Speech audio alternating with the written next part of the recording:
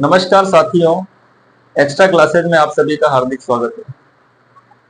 साथियों, आज हम इस सेशन में 10वीं कक्षा आरबीएससी इंग्लिश के सिलेबस के बारे में डिस्कशन करने वाले हैं। जैसा कि आपको पता होगा, आपको स्लाइड में दिख रहा होगा सब कुछ। मैंने पहले से ही सिलेबस को नोट किया हुआ है ताकि वीडियो ज़्यादा लंबी नहीं हो और आप लोग आसानी से अपना समय व्यर्थ किए बिना देख पाए। तो शुरू करते हैं दोस्तों। आपके जो पेपर होगा वो पेपर टोटल मार्क्स के अकॉर्डिंग देखें तो 100 नंबर का होगा। कितने नंबर का होगा? 100 नंबर का होगा। लेकिन अगर 100 नंबर में डिवाइडेशन करें तो पेपर का जो पैटर्न है उसके अकॉर्डिंग आप जो पेपर दोगे रिटर्न में उसके आपको मिलेंगे 80 मार्क्स और सेशनल मार्क्स जो आपके स्कूल की तरफ से जाते हैं वो मिलेंगे आपको 20 मार्क्स। मतलब 20 मार्क्स तो आपको मिलेंगे सेशनल और 80 मार्क्स मिलेंगे आपको आपके पेपर रिटर्न पेपर के पीछे। ओके, अब आपका जो पेपर है वो पेपर 4 सेक्शन में डिवाइड किया गया दोस्तों। कितने सेक्शन में? 4 सेक्शन में। 4 सेक्शन में देखें तो section A, section B, section C और सेक्शन डी। मैंने यहाँ पे सेक्शन नहीं डाल करके डायरेक्ट मैंने नंबर डाल दिए हैं ताकि आपको कोई दिक्कत नहीं हो। सबसे पहले बात करें तो आपके जो सेक्शन आएगा वो आएगा रीडिंग सेक्शन। कौन सा सेक्शन होगा दोस्तों? रीडिंग सेक्शन होगा। रीडिंग सेक्शन की बात करें तो इसके टोटल मार्क्स तो आपके 15 होंगे। कितने मार्क्स होंगे? 15। अब 15 मार्क्स को मैंने डिवाइड किया हुआ है ताकि आपको समझने में कोई दिक्कत नहीं हो। रीडिंग सेक्शन की बात करें तो रीडिंग सेक्शन में पैसेज आते हैं दोस्तों आपके, और पैसेज में आपको दिख रहा होगा 2 तरह के पैसेज आपके सामने पेपर में आने वाले हैं। फर्स्ट पैसेज की बात करें तो फर्स्ट पैसेज आपको अनसीन मिल रहा है जिसमें मल्टीपल चॉइस क्वेश्चंस आपको मिलेंगे 6 नंबर के। कितने नंबर के दोस्तों? 6 नंबर के। और सेकंड पैसेज भी आपका अनसीन होगा, उसके मार्क्स आपके कितने होंगे? 9 होंगे। कितने होंगे? 9। इन दोनों का टोटल करेंगे तो 9 + 6 करेंगे तो 15 नंबर का आपका रीडिंग सेक्शन क्लियर होगा। ओके, उसके बाद आगे बढ़े तो आपके सेक्शन आ रहा है बी सेक्शन, और बी सेक्शन में आप राइटिंग सेक्शन को देखते हो जिसमें आपको एक तो 5 नंबर का लेटर लिखना पड़ता है। ये देखिए 5 नंबर का लेटर है जिसमें लेटर में 3 तरह से लेटर आता है। एक तो फॉर्मल होता है, एक होता है इनफॉर्मल और एक आता है आपके ईमेल। इन 3 में से आपके सामने 2 क्वेश्चन होंगे दोस्तों। उन दोनों क्वेश्चन से आपको एक क्वेश्चन करना होगा 5 नंबर का। वो 5 नंबर का क्वेश्चन आपको ये करना है।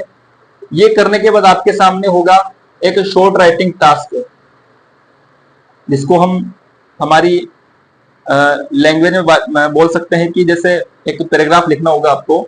उस पैराग्राफ के मार्क्स भी आपको कितने होंगे? 4 नंबर। कितने नंबर? 4 नंबर। उसके बाद आपको पेपर में मिलेगा स्टोरी राइटिंग वाला क्वेश्चन, जो आप कहानी लिखते आए हो, काफी क्लासेज में आपने लिखी भी है, वही आपको लिखनी है यहाँ पे। और वो आपके कितने मार्क्स की होगी? 4 मार्क्स की, 4 नंबर की होगी दोस्तों। ये हमारा क्लियर हो गया। ये हमारा क्लियर हो गया। राइटिंग सेक्शन क्लियर हो गया, रीडिंग सेक्शन क्लियर हो गया।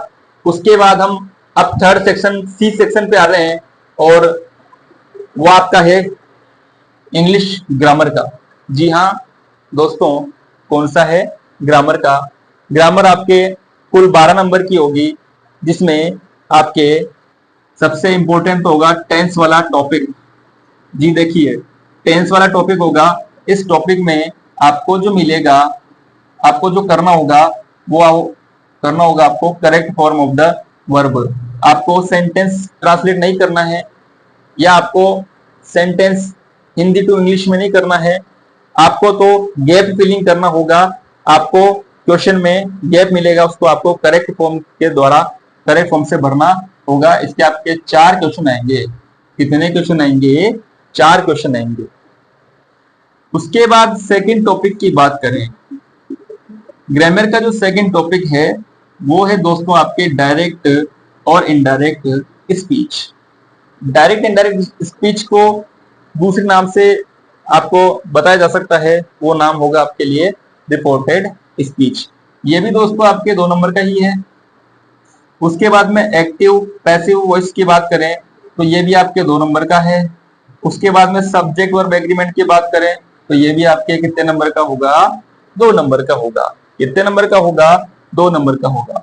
उसके बाद आपके लास्ट ग्रामर का टॉपिक है क्वेश्चन टैग। इस क्वेश्चन टैग की बात करें तो क्वेश्चन टैग का एक क्वेश्चन होगा और एक क्वेश्चन किसका होगा, क्वेश्चन फ्रेमिंग का। किसका होगा दोस्तों, क्वेश्चन फ्रेमिंग का।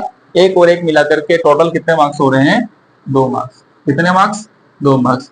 अब 4 में आप 2 जोड़ोगे, 4 और 2 6, 6 और 2 8, 8 और 2 10, 10 और 2 12। आपके जो टोटल ग्रामर के मार्क्स से उठते हैं 12।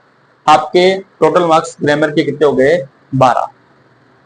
अब सेक्शन डी की बात करें जो आपके पेपर में लास्ट में आपको दिखाई देगा, उसकी बात करें तो वो आपके जो सबसे इंपॉर्टेंट होता है बुक्स। 10th क्लास में जो आरबीएससी में 2 बुक्स चलती है वो आपको डी सेक्शन में दिखाई देगा। उसमें आपको पता होगा दोस्तों कि आपके 10th इंग्लिश में 2 बुक्स चलती हैं। फर्स्ट बुक का नाम तो है फर्स्ट फ्लाइट और सेकंड बुक का नाम है आपके फुटप्रिंट्स विदाउट फीट। 2 बुक चलती है आपके। बुक का डिवाइडेशन मैंने आपके सामने किया हुआ है, आप देख सकते हैं। आपको यहाँ पे प्रोज दिखाई दे रहा होगा। इस प्रोज की बात करें तो प्रोज का मतलब होता है पद्यांश। क्या होता है दोस्तों, माफ कीजिएगा, गद्यांश होगा जिसमें स्टोरी हो सकती है, कोई निबंध हो सकता है या किसी की जीवनी हो सकती है, वो आपको इसमें दिखाई देगा। आपकी फर्स्ट बुक में से एक तो आएगा आपके सीन पैसेज, वो कितने नंबर का होगा, 6 नंबर का होगा।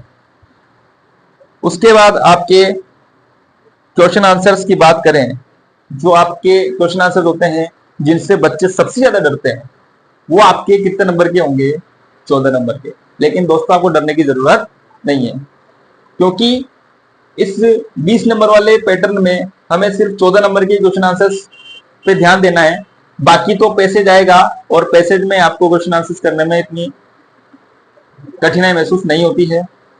उसके बाद में अगर देखें तो आपका पोइट्री सेक्शन होता है फर्स्ट बुक के अंदर, जिसमें कविताएं आपने देखी होंगी। पोइट्री सेक्शन को बोलते हैं पद्यांश। क्या बोलते हैं दोस्तों, पद्यांश। पद्यांश आपके 8 नंबर के हैं टोटल। उनमें से 8 नंबर के मार्क्स बनते हैं आपके, जिसमें एक एक्सट्रैक्ट है जो आपके 4 नंबर का होगा। ये भी एक छोटा सा पैसेज का ही तरीका होता है, एक कविता का अंश होता है, वो 4 नंबर का होता है। उसमें आपके 4 नंबर के क्वेश्चन आते हैं और बाकी के बचे 4 नंबर वो आपके आ जाते हैं क्वेश्चन आंसर्स के। ठीक है दोस्तों। अब सेकंड बुक की बात करें, सेकंड बुक की बात करें तो सेकंड बुक का नाम मैंने बताया अभी आपको, फर्स्ट फुटप्रिंट्स विदाउट फीट। इस बुक में देखें तो क्वेश्चन आंसर्स आ रहे हैं आपके 9 नंबर के। कितने नंबर के, 9 मार्क्स के क्वेश्चन आंसर्स हैं।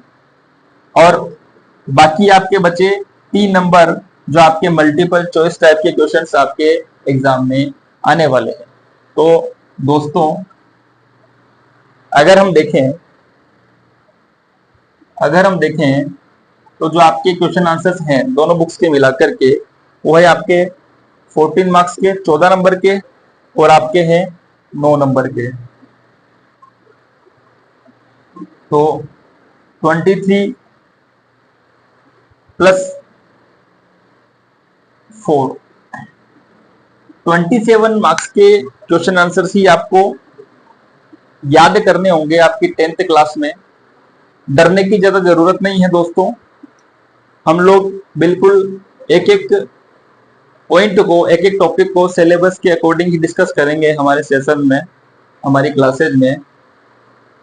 आपको पूरे साल भर जो पढ़ाई करनी है इंग्लिश की, वो आपको सिलेबस के अकॉर्डिंग ही करनी है। क्योंकि दोस्तों ऐसा कहा जाता है कि अगर किसी को अपनी मंजिल का रास्ता पता नहीं हो तो वो इधर उधर भटकता रहता है। तो यही आपकी मंजिल है। आपको अगर इंग्लिश में मैक्सिमम मार्क्स लाने हैं, मैं 100% की तो नहीं कह सकता, लेकिन 95 प्लस आप आराम से ला सकते हो। एक पूरी प्लानिंग के साथ चलोगे तो आपको नंबर लाने में भी आसानी होगी, आप अच्छे मार्क्स लाने में सक्सेस हो पाओगे। बस आपको प्लानिंग से चलना पड़ेगा। मैंने आपके सामने चारों सेक्शन अच्छे से डिस्कस किए हैं।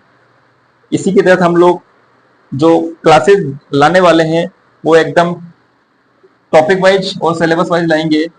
सबसे पहले हम लोग डिस्कशन स्टार्ट करेंगे। हमारी क्लास जो होगी वो ग्रामर के टॉपिक्स पे होगी, और हम ग्रामर के टॉपिक्स में भी हम लोग टेंस को ही डिस्कस करेंगे सबसे पहले, क्योंकि tense is the root of English. ऐसा कहा जाता है कि जिस बच्चे को या जिस विद्यार्थी को टेंस बहुत अच्छे तरीके से आता है, उसकी इंग्लिश में डरने की उसे कोई जरूरत नहीं है। वो हर तरह के टॉपिक्स को इंग्लिश में सॉल्व कर सकता है, इंग्लिश में हर प्रकार के क्वेश्चन कर सकता है, वो इंग्लिश में अपनी लैंग्वेज नॉलेज को ग्रोथ कर सकता है। तो आज के लिए इतना ही दोस्तों, कल फिर मिलेंगे। हम आपके लिए इसी तरह की अच्छी वीडियोस लाते रहेंगे। तब तक के लिए शुभ रात्रि, जय श्री राम।